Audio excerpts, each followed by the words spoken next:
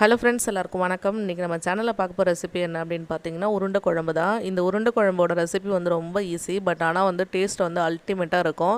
சாதத்து கூட சேர்த்து சாப்பிடும்போது அவ்வளோ சூப்பராக இருக்கும். கூட ஒரு அப்பளம் வச்சு சாப்பிட்டா அப்படின்னா கூட போதும், அந்த உருண்டையை வந்து தொட்டுக்கிட்டு சாப்பிட்றலாம். ஸோ இதுக்கு வந்து பார்த்திங்கன்னா இன்றைக்கி நான் கொஞ்சமாக ஆயில் சேர்த்துக்கிறேன். இந்த ரெசிபி பண்ணுறதுக்கு கொஞ்சம் ஆயில் எக்ஸ்ட்ரா தான் சேர்த்துக்கணும். நல்லா வந்து ஒரு பெரிய குழி கரண்டியில் 2 கரண்டி அளவு சேர்த்திங்க அப்படின்னா கரெக்டாக இருக்கும். இந்த ரெசிபி செய்கிறது ரொம்ப சிம்பிள் தான். இன்க்ரீடியன்ஸும் வந்து ரொம்ப குறைவு தான், பட் வந்து அவ்வளோ மனமாக சூப்பராக இருக்கும். ஃபஸ்ட்டு வந்து கொஞ்சமாக ஆயில் சேர்த்ததுக்கப்புறமா ஆயில் நல்லா சூடாகணும். சூடானதுக்கப்புறமா தான் நெக்ஸ்ட் இன்க்ரீடியன்ஸ் வந்து ஆட் பண்ணணும். அடுத்தது வந்து பார்த்திங்கன்னா கடுகு எதுவும் சேர்க்கல, சோம்பு மட்டும் சேர்த்துருக்கேன். சோம்பு சேர்த்து நல்லா பொரிஞ்சு வரணும். இந்த சைட் பார்த்திங்க அப்படின்னா கடலைப்பருப்பு வந்து நான் ஓவர் நைட் ஊற வச்சுருக்கேன், கூடவே ஒரு வரமிளகாய். அடுத்தது அந்த சைட் பாருங்கள், புளியும் வந்து ஊற வச்சுருக்கேன். நீங்கள் காலையில் வந்து லஞ்சுக்காக தான் வந்து இது நான் ரெடி பண்ணுறேன். பருப்பு வந்து நல்லா ஊறிடுச்சு, ஓவர் நைட் ஊற வச்சதால். இப்போ அதை வந்து நம்ம குறைப்பாக அரைக்கணும். அடுத்ததாக வந்து சோம்பு பொரிஞ்சதுக்கு அப்புறமா கட் பண்ணி வச்சுருக்க ஆனியன் சேர்த்துக்கலாம். நல்லா வந்து ஒரு மீடியம் சைஸ் ஆனியன் 2 கட் பண்ணி வச்சுருந்தேன், அதை சேர்த்துக்கிறேன். பருப்பு கூட என்ன சேர்த்து அரைப்பேன் அப்படின்னு சொல்லி பார்த்தீங்கன்னா, எக்ஸ்ட்ரா வந்து ரொம்ப நிறைய இன்க்ரீடியன்ஸ்லாம் எதுவும் கிடையாது. நம்ம ஊற வச்சுருக்க பருப்பு கூடவே வந்து பார்த்திங்கன்னா கொஞ்சமாக வந்து சோம்பு சேர்த்துக்கோங்க. நம்ம எடுத்து வச்சுருக்க வரமிளகாய் வந்து ஊற வச்சுருந்தோம் இல்லையா, அதுவும் அது கூட சேர்த்து போட்டுருங்க.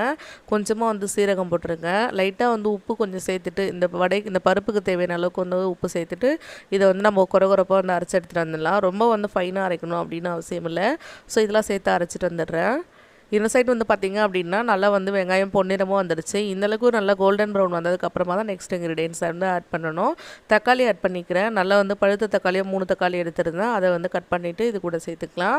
தக்காளி நல்லா மேஷ் ஆகிற அளவுக்கு குக் ஆகணும். இதுக்கு குக் பண்ணுறது கூட கொஞ்சம் சால்ட் சேர்த்து நல்லா குக் பண்ணிக்கோங்க, அப்போ சீக்கிரமாக நம்மளுக்கு ரெடி ஆகிடும்.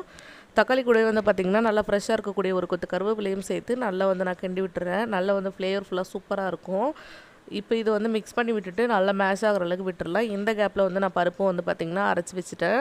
தக்காளியுமே வந்து பார்த்திங்கன்னா எண்ணெய்லாம் பிரிஞ்சு வர அளவுக்கு சூப்பராக குக் ஆகிடுச்சு.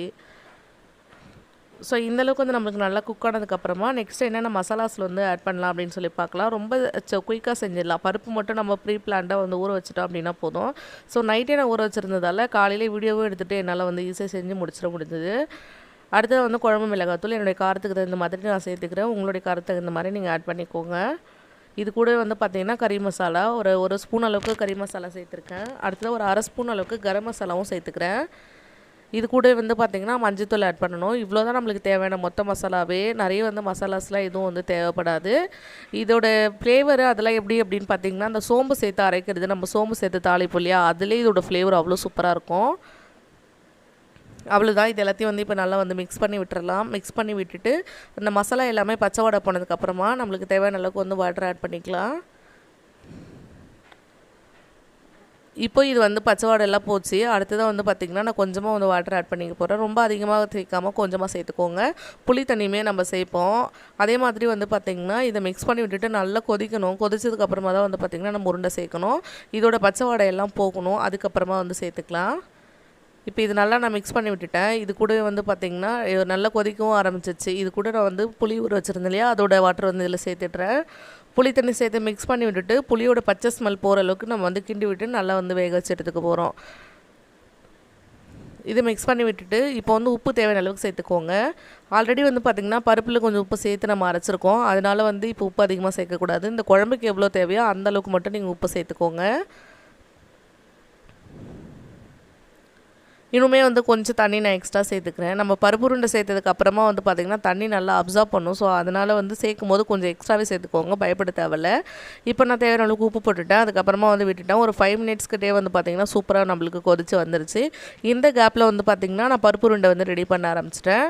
ஆல்ரெடி வந்து அரைச்சி வச்சுருந்த பருப்பு வந்து பார்த்திங்கன்னா குட்டி குட்டி உருண்டையாக வந்து பிடிச்சி எடுத்துக்கலாம். ரொம்ப வந்து அழுத்தம் கொடுத்து நல்லா உருண்டை பிடிக்கணும் அப்படின்னு அவசியம் இல்லை. பட் உள்ளெல்லாம் வந்து குழம்பு போகிற அளவுக்கு சும்மா லைட்டாக வந்து பிடிச்சி எடுத்துக்கோங்க, ப்ரெஸ் பண்ணக்கூடாது. இதோட காரம் உப்பு எல்லாமே இதில் இருக்கும். ஸோ அதனால் வந்து நம்ம வந்து டேஸ்ட்டாக இருக்கும். நம்மளுக்கு வேறு எதுவும் சைட் டிஷ் கூட தேவையில்லை. இதுவே வச்சுட்டு வந்து பார்த்திங்கன்னா சாப்பிட்றலாம்.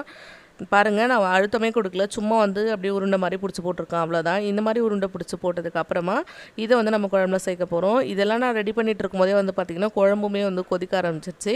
எண்ணெய் பிரிஞ்சு வர அளவுக்கு நல்லா கொதிக்கணும். நம்ம சேர்த்துருக்க அந்த புளி தண்ணியெல்லாம் ராஸ்மெல் போகணும். ஸோ அது வரைக்கும் வந்து நல்லா கொதிக்க விட்டுருங்க.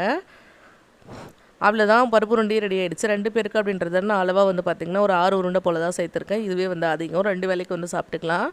இப்போ நான் எடுத்து வச்சுருக்க உருண்டையெல்லாம் இதில் சேர்த்துக்கிறேன். எண்ணெய் பிரிஞ்சு வந்திருக்கு. இந்தளவுக்கு வந்து நல்லா கொதிச்சதுக்கப்புறமா உருண்டையை சேர்த்துக்கலாம்.